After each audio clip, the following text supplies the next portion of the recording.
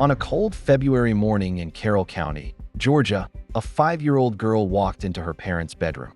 She didn't find them sleeping. She found a crime scene so brutal that seasoned investigators would later describe it as pure malice. The house was quiet in the way it never should have been. No television murmured in the background. No voices drifted from behind closed doors. The girl, still groggy with sleep, had gone looking for comfort and routine. Instead, she stepped into a room frozen in violence. Blood stained the bed and floor. Furniture was out of place. Her parents lay motionless, their bodies bearing the unmistakable signs of a furious, sustained attack. Too young to understand death, she understood something was terribly wrong. She didn't scream. She didn't cry. She simply backed away and waited, curling up alone in the living room for hours while the world outside continued as if nothing had happened. When police finally arrived, they were struck not just by the savagery of the murders, but by what hadn't happened. There was no forced entry. Nothing had been stolen. And most haunting of all, the child had been left untouched, asleep in her room, while unimaginable violence unfolded just feet away. Investigators would spend years trying to understand who could commit such an act and why. The crime scene suggested rage, intimacy, and intent. Violence meant to destroy, not merely kill. In a quiet county unaccustomed to horror, the case left a permanent scar. For the little girl, that morning became the dividing line of her life, before the hallway and after it.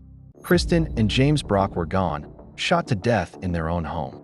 In a quiet corner of Carroll County, Georgia, the murders landed like an earthquake. Friends and neighbors struggled to reconcile the violence with the couple they thought they knew, ordinary, private people whose lives revolved around work, family, and routine. Their house, once unremarkable, became the center of flashing lights, police tape, and whispered disbelief. As the community reeled, one voice rose above the silence.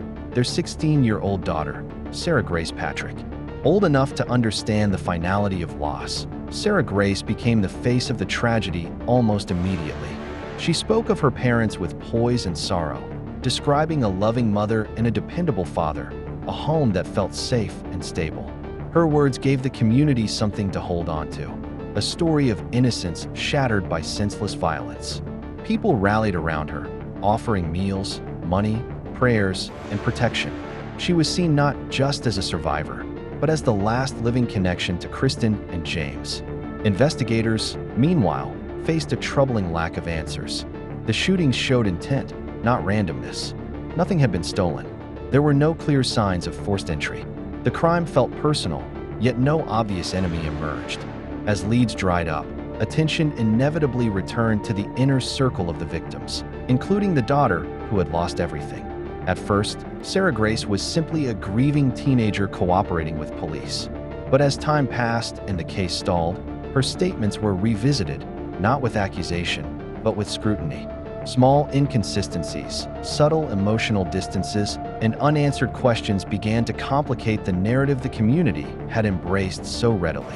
Publicly, she remained a symbol of loss. Privately, investigators continued to search for truth in a case defined by silence. Kristen and James Brock were dead, their lives ended by gunfire behind closed doors.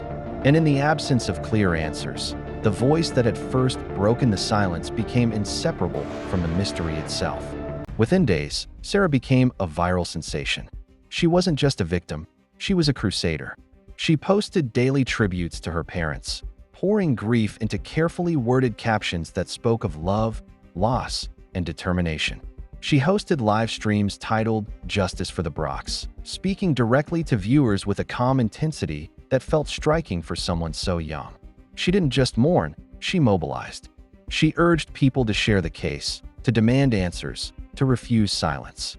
The internet responded immediately. Strangers flooded her comments with praise and sympathy, calling her brave, resilient, inspiring. Clips from her live streams spread across TikTok and Twitter, where users marveled at her composure and passion. She reached out to well-known true crime YouTubers and podcasters, asking them to cover the murders and keep pressure on law enforcement. When a few did, even briefly, her following exploded. Justice for the Brocks became more than a phrase. It became a hashtag, a cause. To many online, Sarah represented strength in the face of unimaginable loss. She wasn't hiding from the tragedy. She was confronting it head-on, turning grief into purpose. Supporters praised her for refusing to let her parents' deaths fade into obscurity. In a digital world that often forgets quickly, Sarah made sure the Brocks were remembered, and the internet, captivated by her resolve, rallied behind her. But behind the ring lights and the tearful hashtags, a darker digital trail was emerging. As investigators quietly monitored the online storm surrounding the case, they began to notice something unsettling about Sarah's behavior. Her focus rarely lingered on who her parents had been in life, their routines, their relationships, their history. Instead, her attention seemed fixed on how their deaths were performing. She tracked engagement obsessively. She noted which posts got the most likes, which videos spiked in views, which phrases sparked outrage or sympathy. When interest dipped, she adjusted. New captions, sharper language, more emotional thumbnails. Live streams were scheduled strategically, timed for maximum audience turnout. Grief, it seemed, was being optimized. To detectives, this wasn't proof of guilt, but it was unusual. Mourning typically turns inward, growing quieter over time. Sarah's grief grew louder, more polished, more public. She spoke fluently about algorithms, reach, and momentum. She worried aloud about the case losing traction. She framed justice not just as a moral imperative, but as something that required constant visibility. In private notes and internal discussions, investigators began to ask uncomfortable questions. Was this simply a coping mechanism, a teenager trying to exert control over chaos? Or was something else at play? The line between advocacy and performance blurred, and the more Sarah curated her online presence, the harder it became to separate raw pain from calculated presentation. She wasn't just mourning a tragedy. She was managing a brand, and that distinction, subtle at first, refused to be ignored.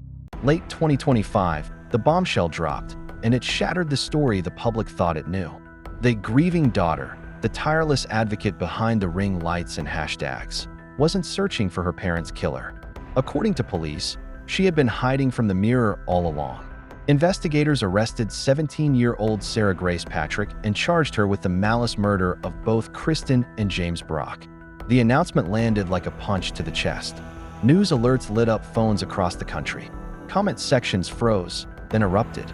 The same face that had once symbolized resilience now stared back from mugshots and breaking news banners. The narrative flipped in an instant, from tragedy to betrayal, from sympathy to disbelief. Authorities revealed that the case hadn't gone cold, it had gone quiet. While the internet watched Sarah's public grief, detectives had been tracing a different trail: digital records, private messages, inconsistencies that hardened over time. What once looked like advocacy now read, in hindsight, as misdirection. The live streams, the urgency, the obsession with visibility. Prosecutors said it wasn't about justice, it was about control. At the arrest, there were no cameras inside, no carefully curated lighting, no hashtags, just the click of cuffs and the weight of a story collapsing under its own contradictions. For the community, the shock was total. People who had donated, shared posts, defended her online felt whiplash. Some refused to believe it, clinging to the image they'd helped build. Others felt sick, replaying old videos with new eyes, noticing moments that now felt chillingly rehearsed. Police were measured in their language, but firm in their conclusion. This wasn't a sudden turn. It was the end of a long, quiet investigation. The case that had lived so loudly online had, all along, been unraveling in silence. By nightfall, the hashtag Justice for the Brocks trended again, but this time, it meant something entirely different. Was it a cry for help, or a calculated path to fame? That question now hangs over every clip, every caption, every tearful live stream that once inspired millions. As Sarah awaits trial, the true crime world finds itself forced to look inward, not just at her actions, but at its own appetite. Because this story isn't only about a family destroyed or a case that took a shocking turn. It's about performance in the digital age, about how grief can be packaged, amplified, rewarded, about how quickly we crown heroes, and how rarely we stop to ask what we're actually watching. If Sarah is guilty, then the horror runs deeper than murder. It means the internet didn't just witness a tragedy. It helped stage its aftermath. Likes became validation. Shares became momentum. Sympathy became currency. And millions of well-meaning strangers played a role without ever realizing it. If she's innocent, then the damage cuts another way entirely. Proof of how easily public opinion can turn, how fast empathy can curdle into suspicion, how a teenager can be built up and torn down by the same crowd. Either way, the case leaves an uncomfortable residue. How many mourning masks scroll past us every day? How often do we mistake visibility for truth, performance for authenticity, narrative for fact? In a world where pain can go viral, where tragedy can trend, where algorithms reward emotion over understanding, the line between victim and voyeur has never been thinner. This is the double life of Sarah Grace Patrick, or at least, the double life we think we see. So what do you think? A broken girl crying out for help? Or the ultimate influencer of evil? The comments are waiting.